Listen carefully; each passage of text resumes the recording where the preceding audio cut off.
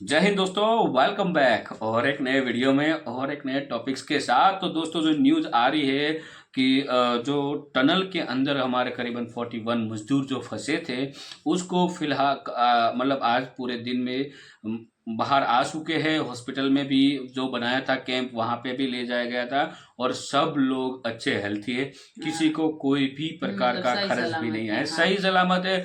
बहुत ही अच्छी बात है। और 41 जो मजदूरों थे उसके साथ मोदी जी ने उसका जो फोन होता है ना ऑफिस में लैंडलाइन, उस पे स्पीकर पे रख के बात की थी और इमोशनली बात की थी। वो वीडियो यदि दोस्तों आपने देखा होगा, हमारी न्यूज मीडिया में आया था, तो नहीं देखा है तो इस वीडियो से आप देख लीजिएगा। अच्छे लगे तो लाइक और शेयर जरूर से कर दीजिएगा, लेकिन लास्ट तक जरूर देखना, लास्ट में हम आपके साथ जरूर से बात करेंगे। और चैनल पर पहली बार है और सब्सक्राइब नहीं किया तो सब्सक्राइब जरूर से करें। चलिए स्टार्ट करते हैं।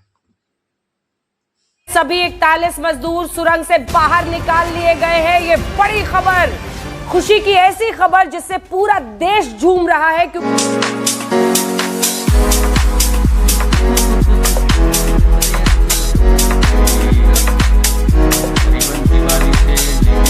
Prime Minister Narendra Modi has just spoken to those rescued workers on the phone and also congratulated them for their endurance, their courage. क्या शुभ नाम आपका?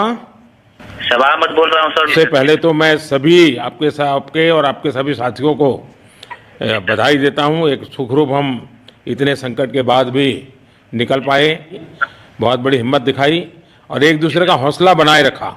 सिलकियारा टनल जो उत्तरकाशी में था उससे सारे के सारे जो हमारे भाई वहां पे फंसे हुए थे, वर्कर्स वहां पे फंसे हुए थे, उनको निकाल लिया। वहां पे उत्तरकाशी की एक टनल में 41 के करीब लोग फंस गए थे और तकरीबन 17 डेज से उसके ऊपर बताया जा रहा है कि काम हो रहा था कि उन लोगों की जानें बचाई जाएं और उनको निकाला जाए। और आज जो है ये अच्छी खबर जो है वो लोगों को मिली कि उन लोगों को हिफाजत के साथ बाहर निकाल लिया गया। बड़ा लंबा प्रोसीजर था। इक्विपमेंट हैं, फैसिलिटीज़ हैं, जो इंडिया में जो चीज़ें गवर्नमेंट प्रोवाइड कर रही है, as a government as a nation हम फेल होते जा रहे हैं। वो हम चीज़ें नहीं प्रोवाइड कर सक रहे उस हिसाब से जो आजकल जिस लेवल पे रिसर्च चली गई। बहुत से लोग तो शायद नाउम्मीद भी हो गए होंगे, लेकिन जिसे कहते हैं ना कि उम्मीद नहीं छोड़नी चाहिए, पॉजिटिव सोचना चाहिए। तो बिल्कुल हमने देखा कि तकरीबन 17 डेज के बाद जो है इन लोगों को निकाल लिया गया, जिंदा निकाल लिया गया और यकीनन इनकी फैमिलीज भी बहुत खुश होंगी और ये लोग खुद भी बहुत एक्साइटेड होंगे। जय हिंद दोस्तों फाइनली 17 दिनों के बाद जो 41 वर्कर वहां पे काम कर रहे थे टनल के अंदर और फंस गए थे, 17 दिनों तक टनल में फंसे रहे थे और वो फाइनली आज बाहर निकल चुके हैं। और दोस्तों इसमें नोटिसेबल चीज़ ये है कि दोस्तों ऐसी घटनाएं तमाम देशों में होती रहती हैं। भारत में भी कई बार हुआ है, हिस्ट्री में मुंबई अटैक हुआ था और इसमें तो खैर किसी की जान भी नहीं गई भगवान की कृपा से, लेकिन मुंबई अटैक में इतने लोगों की जान तक चली गई थी, लेकिन किसी प्रधानमंत्री ने किसी के घर वाले से या किसी के नात रिश्तेदार से या घटनास्थल पे जो मौजूद था उससे ना कोई बयान लिया ना कोई बातचीत की। खैर सिर्फ मुंबई अटैक ही नहीं, ऐसे कई इंसिडेंट हो रखे हैं। लेकिन दोस्तों प्रधानमंत्री नरेंद्र मोदी जी की ये अच्छाई है कि कहीं पे हम जीतते हैं तो भी वो हौसला बढ़ाने पहुंच जाते हैं, कहीं पे हम हारते हैं वहां पे भी प्रधानमंत्री नरेंद्र मोदी जी हौसला बढ़ाने पहुंच जाते हैं। अभी वर्ल्ड कप की हार हुई थी मोहम्मद सामी के साथ, मोहम्मद सामी उनको गले लग के रो पड़े, वो वीडियो बहुत वायरल हुई थी, वो तस्वीर बहुत वायरल हुई थी। और जैसे ही मजदूर वर्ग बाहर निकले, ये जो 41 हमारे वर्कर्स फंसे हुए थे टनल से, जैसे ही बाहर निकले कुछ घंटों बाद प्रधानमंत्री नरेंद्र मोदी जी ने पर्सनली उनसे बात की। तो ये होती है एक महान लीडर की अच्छाई और पहचान। बिल्कुल उन लोगों को हम सल्यूट पेश करते हैं, उन लोगों को सलाम पेश करते हैं जिन्होंने इन लोगों की मदद की और इनको बाहर निकालने में और जाहिर है कि उस रेस्क्यू ऑपरेशन में जिन्होंने हिस्सा लिया उन सबको यकीनन जितने भी हिंदुस्तानी हैं बल्कि जितने भी दुनिया के लोग हैं उन सबको उनसे कुछ ना कुछ सीखना चाहिए, उनको सल्यूट पेश करना चाहिए और उन्हें सलाम पेश करना चाहिए कि उन्होंने जो है इतने लोगों की जानें बचाई, जो कि एक बहुत बड़ा काम है। सबसे पहले उत्तराखंड वाला मुद्दा हॉट टॉपिक बना हुआ था पूरे देश में। 41 श्रमिक हमारे फंसे हुए थे, कई सरकारें लगी रही, कई टेक्नोलॉजी वाली कंपनियां लगी रही, लेकिन जहां पर टेक्नोलॉजी विफल हुई वहां पर हमने देखा कि लोग काम आए, इंसान काम आए। कैसे देख रहे हैं इस पूरे प्रकरण को आप? देखिए ऐसा होता है ना प्रेम, ये फौज में भी हमें यही बताते हैं कि the weapon is important but the man behind the weapon is more important than the weapon. यानी कि हथियार आवश्यक होता है लेकिन जो हथियार चला रहा है वो हथियार से ज्यादा आवश्यक होता है। तो यहाँ पे अमेरिका से ड्रिल मशीन आई, बोला फिर थाईलैंड से जो माइनर्स हैं जिन्होंने माइन में रेस्क्यू करा था उन लोगों को बुलाओ, सबको बुलाओ, यहाँ बुलाओ, इसको पकड़ो, ये पकड़ो। लेकिन एंड में क्या हुआ, जो रैट माइनर्स हैं, रैट माइनर्स कामयाब हुए। रैट माइनर्स क्या होते हैं? आज वो ग्रीन ट्रिब्यूनल ने तो बोल दिया कि इलीगल है, लेकिन कहीं कहीं ऐसा होता है जहाँ पे बड़े सॉफ्ट होता है कोल, हार्ड कोल नहीं होता, जहाँ पे इतनी जगह नहीं होती, वहाँ पे छोटी सी एक सुरंग बना के जो पतले दुबले किस्म के लोग होते हैं उनको वहाँ पे डाला जाता है कि आप वहाँ से कोयला खोद के बाहर निकालिए। तो एक पैरेलल चैनल बनाते हैं, वहाँ से कोयला पीछे भेजते हैं। इस पूरे प्रक्रिया को रैट माइनिंग बोलते हैं, जो कि डेंजरस होती है, काफ़ी खतरनाक होती है। तो वो जो ड्रिल मशीन थी ना वहाँ पे, वो टूट गई। और इसलिए टूट गई, सामने कंक्रीट था, वहाँ पे मेटल के यानी कि स्टील और आयरन के बार्स थे, तो उसमें लग के ड्रिल मशीन टूट गई। अंत में क्या हुआ, मुझे लगता है कि कोर ऑफ इंजीनियर्स ने बहुत अच्छा काम करा, जो रैट माइनर्स थे उन्होंने बहुत अच्छा काम करा। और वहाँ पे हम देख सकते थे कि लेफ्टिनेंट जनरल सैयद अता हसनैन साहब वो रेगुलर ब्रीफिंग दे रहे हैं, क्योंकि लोग जानना चाह रहे थे कि भाई क्या मामला है वहाँ पे, क्योंकि साइट पे तो कोई भी कुछ बोल देगा, लेकिन असली ब्रीफिंग जनरल हसनैन ने दी, for the country, on behalf of the country. उन्होंने रोज रोज वो टेलीविजन पे आके ब्रीफिंग देते थे लोगों को। क्या करते हैं भाई आप? हम मांगते रहते हैं, हमारे बड़े भी मांगते हैं। अच्छा, फिर टॉपिक भी मेरा यही है कि हमारे जो प्राइम मिनिस्टर हैं इस टाइम काकड़ साहब, वो जा रहे हैं यूएई में और वहाँ पे वो हेल्प के लिए जा रहे हैं कि पाकिस्तान की जो इस टाइम कंडीशन है थोड़ा बहुत हेल्प किया जाए। सवाल ये है कि ज़्यादा टाइम ऐसा चल पाएगा? दुनिया के दूसरे कंट्रीज़ के जो प्राइम मिनिस्टर हैं, जो लीडर्स हैं, वो जाते हैं ट्रेड की बात करते हैं, वो जाते हैं वहाँ पे जाके मतलब आपस में डील्स करते हैं, लेकिन हमारे प्राइम मिनिस्टर मोस्टली जहाँ पे भी जाते हैं वो यही कहते हैं कि हमारे हालात कुछ ऐसे हैं तो हेल्प की जाए। क्या कहेंगे इसमें? मैं तो एक सच, कड़वा सच बताऊंगा आपको, वो ये है कि ना ज़्यादा देर तक अपने बाप से भी मांगो ना तो मुनकिर हो जाते हैं, तो कब तक वो लोग हमें सपोर्ट करेंगे? नो डाउट पास्ट में हमारी हेल्प की है, सऊदीया ने, यूएई ने, या तुर्की की बात करें, इस्लामिक कंट्रीज ने हेल्प की है। अच्छा, इसी टाइम पे मेजर पॉइंट ये है कि इंडिया के जो प्राइम मिनिस्टर हैं वो भी दुबई जा रहे हैं, लेकिन वो डिस्कस करने जा रहे हैं जो ग्लोबल इन्वायरमेंटल चेंजेस हैं उसके ऊपर बात करने जा रहे हैं। उनका जो विजिट है उसमें और हमारे विजिट में क्या फ़र्क होगा, साथ ही साथ उनकी वहाँ पे जिस तरीके से एक मतलब रिस्पेक्ट या वैल्यू और हमारी क्या रिस्पेक्ट और वैल्यू होगी, या क्या इस टाइम पे हमारा बेसिकली अगर इंडिया से कंपेयर की जाए तो वो अपने आने वाले जनरेशन की ना ब्रॉटअप अच्छी तरह करते होते हैं। एजुकेशन हो गया, बेसिक जो जितनी भी चीज़ें होती है, तो जब अपने बच्चों पे या यंग जनरेशन पे वो लगा लेते हैं तो बाद में उनका आउटकम भी अच्छा आता होता है।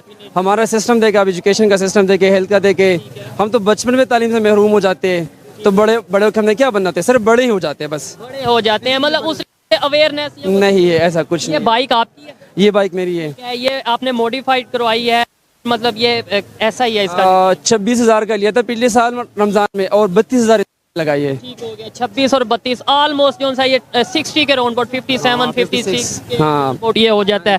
तो क्या ये समझते हैं कि दूसरे अगर हम कंट्रीज की बात करें यही सेम बाइक कितने में मिलेगी आपको? महंगी है। महंगी मिलेगी, आपने मॉडिफाई करवाया इसलिए आसान जो सस्ती मिल गई। या पाकिस्तान है जुगाड़, एनडीआरएफ का भी रोल बहुत महत्वपूर्ण रहा। वो तो है मेंबर एनडीआरएफ के ना, so he is part of that organization ना, he is at the top of that organization, he's at the member level, so इसीलिए वो सबको बता रहे थे। फिर जनरल वीके सिंह ने इसको मॉनिटर करा, धामी साहब हैं chief minister, he was there.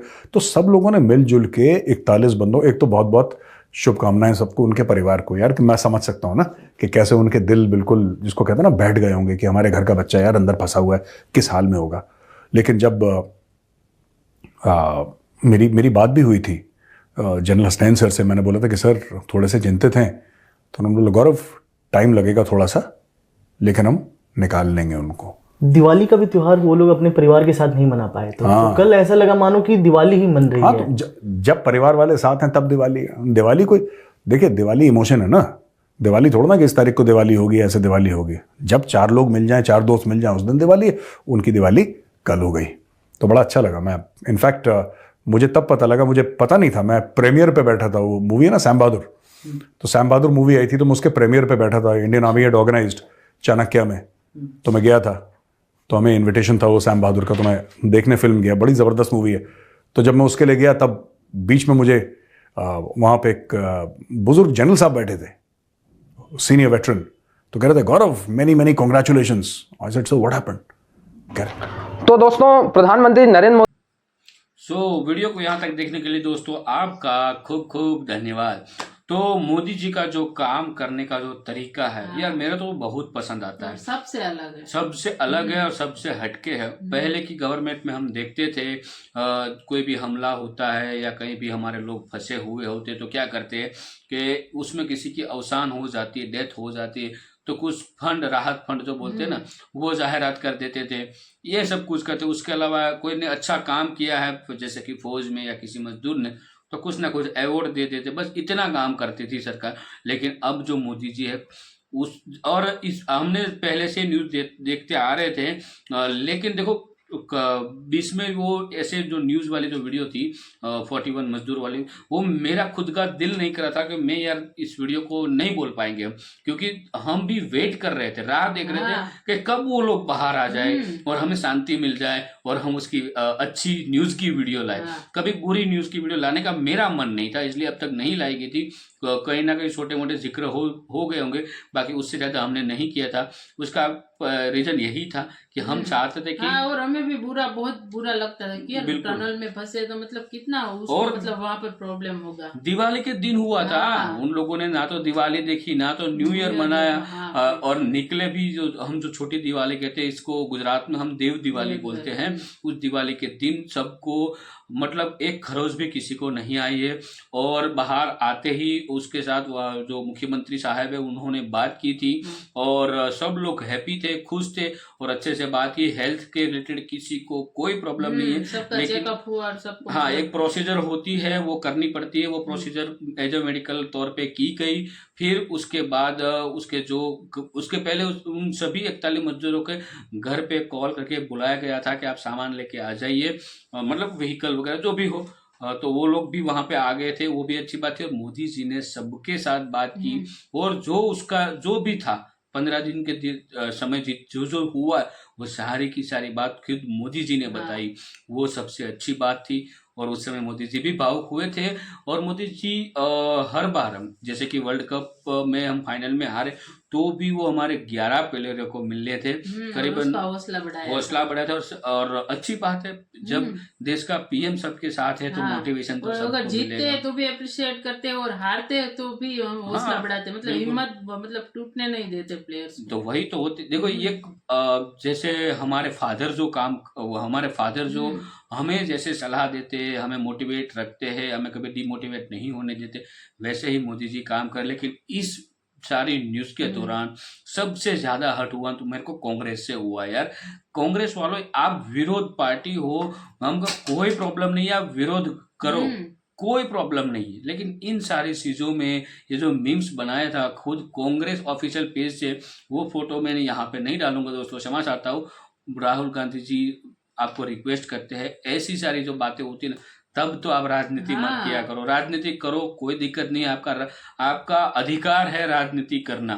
और जिस देश में विरोध पक्ष स्ट्रांग नहीं होता है वहां तो मैं कभी किसी गवर्नमेंट को मानता ही नहीं हूँ। हमारे देश में अच्छी बात है कि विरोध पक्ष भी स्ट्रांग है, तो एक अच्छी बात है। लेकिन यार ऐसी बातों में और कांग्रेस समझ में नहीं आता। और जहाँ पर लोगों की जान दाव पे इन लोगों ने कहा किया था, मैं थोड़ा जो फोटोज पोस्ट की थी ट्विटर पे, उस पे पोस्ट ये की थी कि फोटो में मोदी जी खड़े हैं, मतलब उसका फेस नहीं दिख रहा है, पीछे वाला पार्ट, और हाथ में ग्रीन फ्लैग है, मतलब ग्रीन कलर का झंडा है, मतलब ग्रीन झंडी, मतलब जब कुछ हम ओपनिंग करते हैं किसी चीज का तब बोलते हैं ना हरी झंडी दिखाई देती, जैसे ट्रेन का ज्यादातर ट्रेन में होता है, तो वैसी वाली फोटो पोस्ट करना यार।